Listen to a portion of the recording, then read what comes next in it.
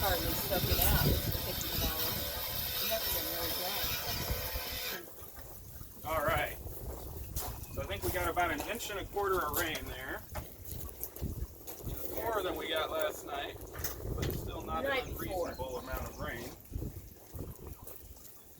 So the first thing I'm going to do is just set these buckets up here so we can look at them.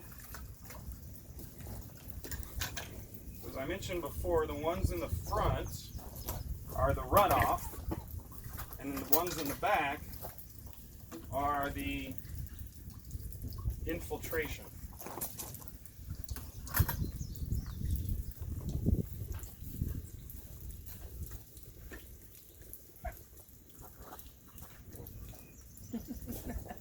Rain gauge is in the way, isn't it? Well, so much for that study. It's okay, I had video evidence. So. Yeah, there you go. We're just going to set that one right there. Now this is interesting, because I've done this test several times, and this is not usually what we get with prairie grass. Huh. But that's all right, gives us something to talk about. So, we started with the sand. This is our runoff, so this is what came off the surface of the sand. Just a tiny little bit, right? And that's our infiltration. Right? Look at all that water. Sucked right through. So it just went right through there. So you can imagine if you're a golf course manager, that's exactly what you want.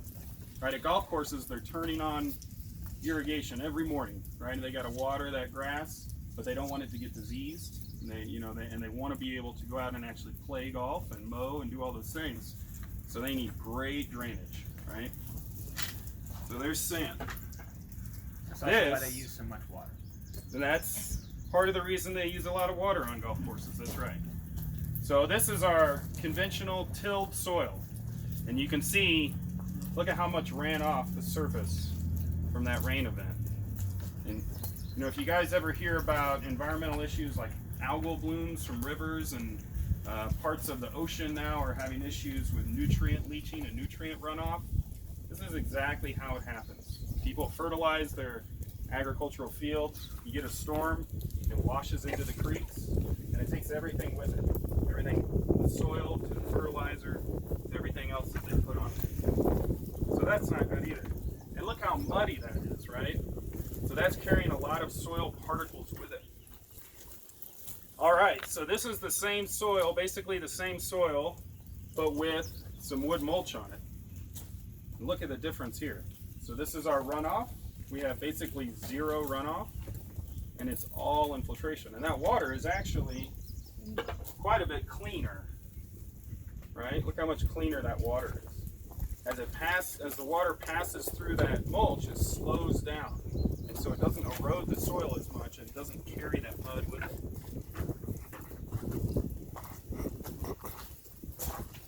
So this is from our lawn landscape turf here, right? And you can see that we have a lot of infiltration and very little runoff. I'm surprised there's not a little bit of runoff, but we're still learning to use this thing. The other thing to note about this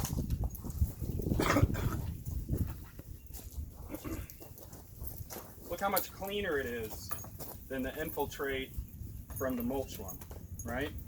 So this mulch protected the soil, the soil from being eroded through runoff, but the turf, this has roots in it, right? That soil has structure to it because there's plant roots growing in it, holding it together, and also acting like a filter too.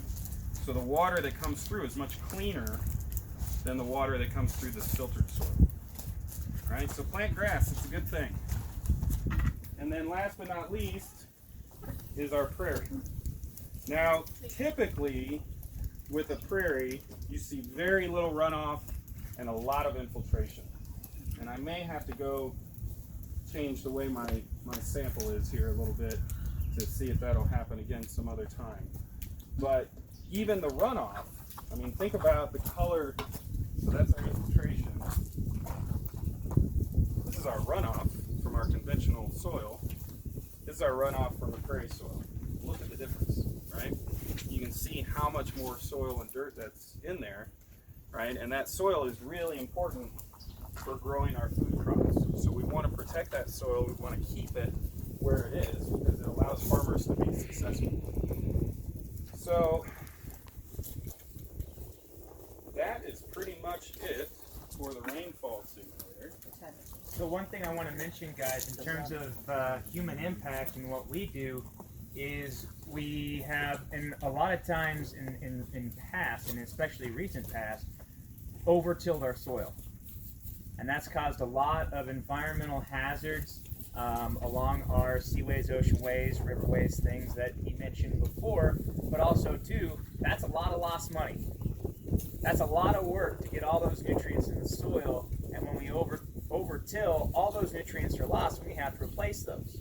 And that causes a whole lot of economic pressure on our farmers, but on top of that, we have to recreate all those nutrients again and put them back in the soil. That takes energy, that takes work, and well, there's a lot of things to be said for that. Now, you guys notice the mulch area, you guys know I put mulch on everything, right? So in those flower beds and everything else, well, now you're starting to see why I'm keeping it there. It also holds moisture in there so they don't have to dry out so much. The other thing I wanted to mention about this, we think 2 mass extinctions were caused from this right here. The Ordovician and the Devonian mass extinction, if you guys would have taken my other science class, you would have learned about that. This process of getting nutrients in water and causing algal blooms is what we think actually caused 2 of our mass extinctions, 2 of the 5 that we've had in the past. So this is actually a much deeper issue than just, oh, we killed some fish. So most of your farms nowadays are moving to no-till operations for this reason right here. Right now, most. A lot are starting to wake up to this idea. So, okay. Thank you for that. That's awesome.